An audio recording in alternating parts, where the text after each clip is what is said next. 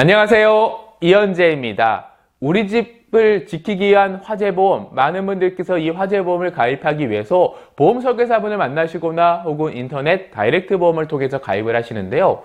이때 중요한 거는 우리 집 화재보험을 가입할 때 가입 금액을 직접 입력을 해야 됩니다. 이 주택의 가입 금액을 입력을 할 때 많은 분들이 어려워하시는데요.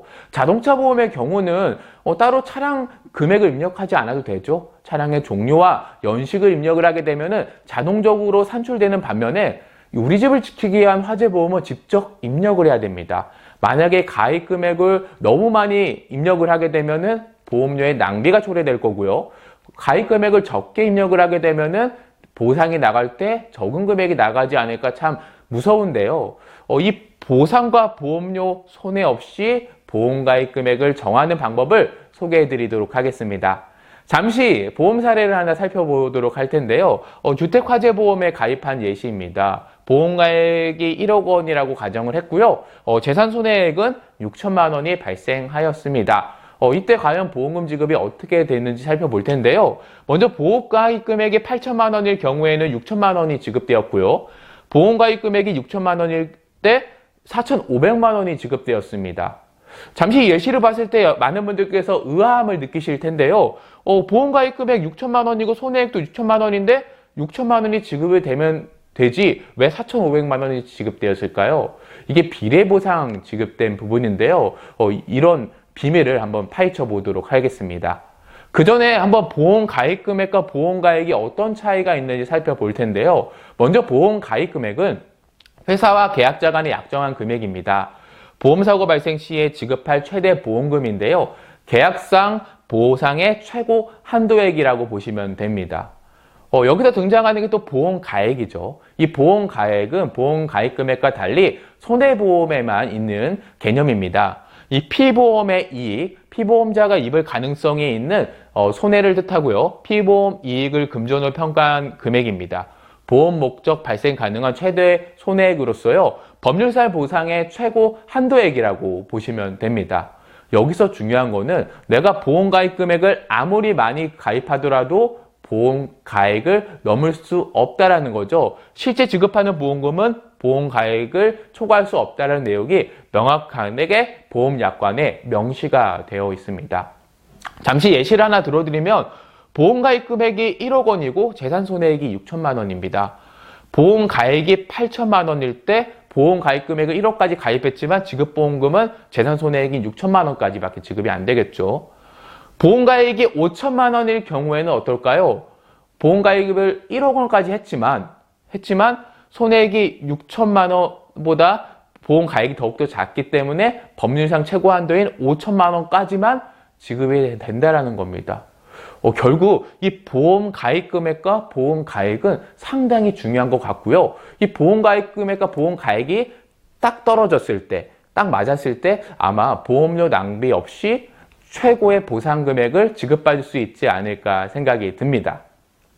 그렇다고 하면은 앞선 예시에서는 왜 그런 차이가 발생했을까요? 다시 한번 앞선 예시를 살펴보면요. 주택화재보험을 가입을 하였고 보험가액이 1억 원이고 재산손해액은 6천만 원입니다.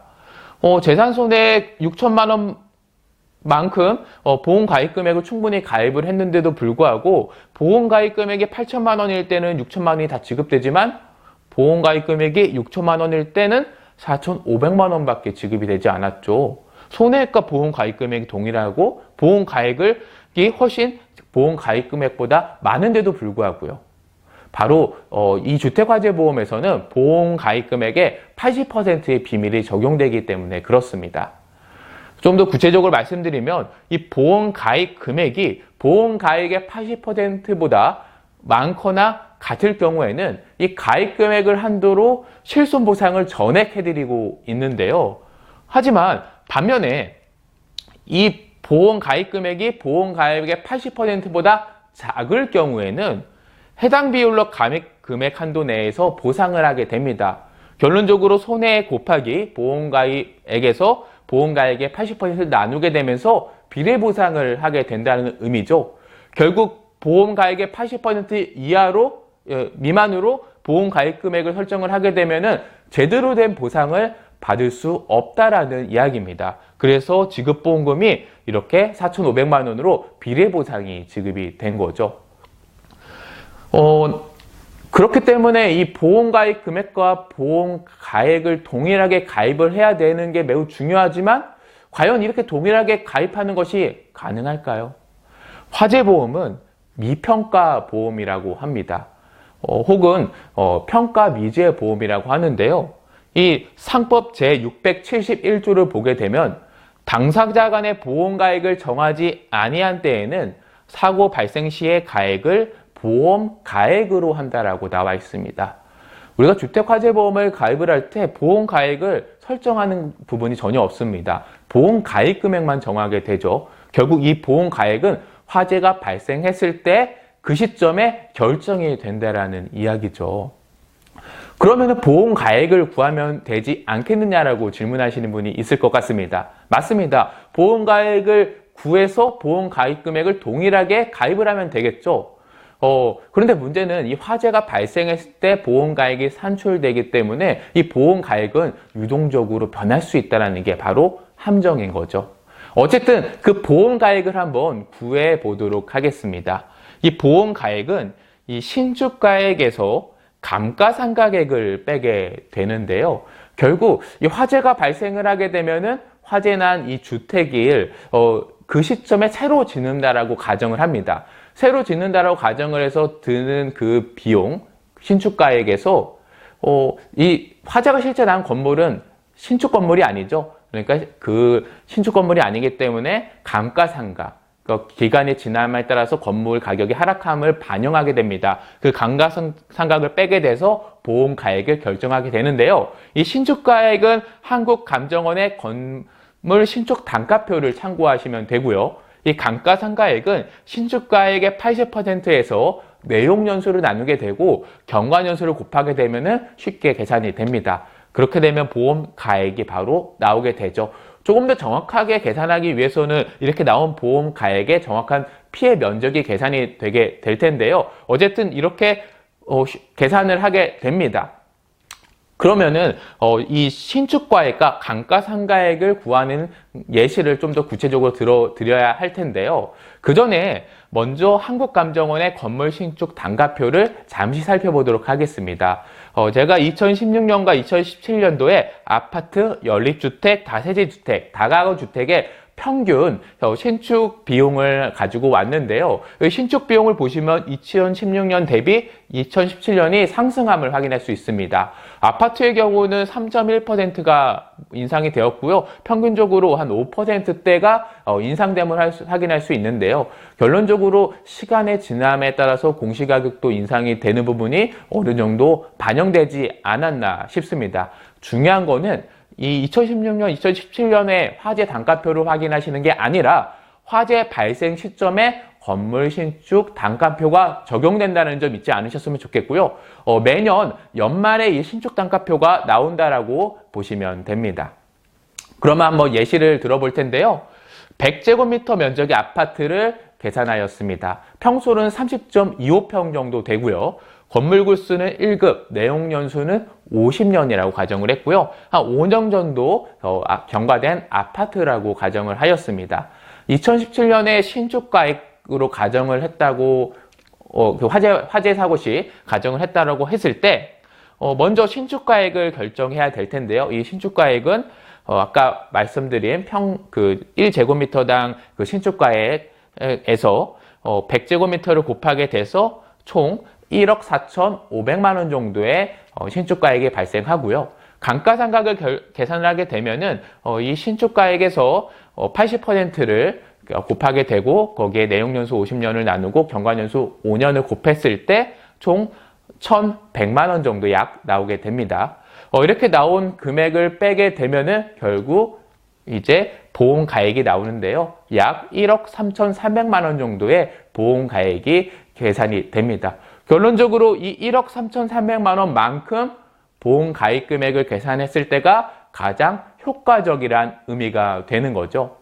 그런데 처음에 이 1억 3,300을 설정하는 게 과연 효과적일까요? 꼭 그렇지는 않습니다. 건물이라는 것은 이 감가상각이 존재하게 되죠. 결국 경과년수가 지날수록 이 보험가액은 조금씩 떨어질 수 있다라는 겁니다. 물론 여기에 이 신축가액이 증가될 수도 있겠죠. 이 신축가액이라는 것은 또 매년 달라지기 때문에 사실 보험가액이 지금 딱 정해질 수는 없습니다. 근데 가장 크게 중요할 점은 바로 감가상각인 것 같은데요. 이 감가상각에 따라서 보험가액이 어떻게 되고 보험료가 어떻게 되는지 잠시 비교 예시를 들어드리도록 하겠습니다. 30.25평의 아파트 건물 1급 가정입니다. 내용능수 50년을 가정했고요. 이 화재 사고 발생했을 때 2017년에 신축가액으로 결정되었다라고 보시면 되고, 이 예시는 S화재사의 기획종합보험으로 10년 납입 20년 만기를 예시하였습니다. 경과년수 1년을 보게 되면은 보험 가액은 약 1억 4,200만 원인데요. 보험 경과 5년은 약 1억 3,300, 20년 정도 흘렀을 때는 보험 가액이 약 9,800만 원 정도 수준으로 떨어지게 되고요. 거기에 따라서 보험료도 인하가 됨을 확인할 수 있습니다. 합리적인 보험료 구성을 하기 위해서는 결국은 매년 바뀌는 보험 가액만큼 바꿔줘야 할 텐데요. 결국 이렇게 바꾸기 위해서는 무엇을 해야 될까요? 장기화재 보험을 가입을 했을 때 혹은 일반 보험을 가입했을 때 이렇게 명확하게 계산을 해주시고 배설을 통해서 보험의 내용을 변경해 주시면 됩니다. 그렇게 지속적인 관리를 하게 되면은 합리적인 금액으로 결정이 되겠죠. 그런데 또 중요한 게 있습니다. 이 보험을 가입하기 위해서 인터넷에 검색을 해보거나 보험 설계사분들한테 한번 여쭤보면은 사실 신축가액을 명확하게 계산하는 게 아니라 이런 말을 많이 쓰시죠. 보험 가입 금액은 평당 300만 원씩 가입하면 된다고요. 아까 동일한 조건으로 제가 예시를 만들어 봤는데요. 2017년에 신축가액으로 나온 보험 가액과 평당 300만 원으로 계산했을 때 보험 가액, 결국 이 보험 가액으로 보험 가입 금액을 결정하게 되죠. 이렇게 했을 때 과연 어떤 차이가 있을까요? 근데 문제는 이 보험 가액이 아까 80% 비밀을 말씀드렸죠.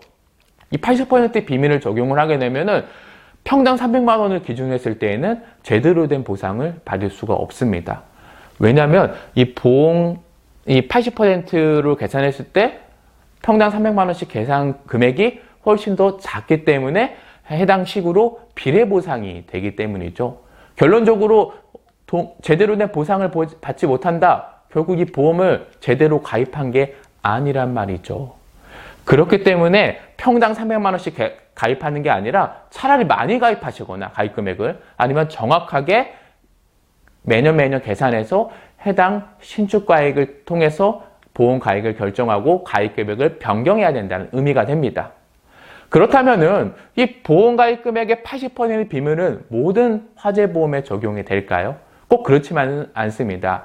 이 주택화재보험은 크게 실손보상형과 비례보상형으로 나눠져 있고요.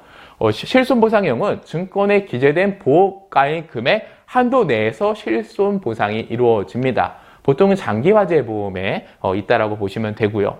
비례보상형은 아까 말씀드린 것처럼 보험 가입 금액이 보험 가액의 80%보다 작으면 비례보상하게 되고 그 외의 경우에는 보험 가입 금액 한도 내에서 실손보상을 하게 되죠.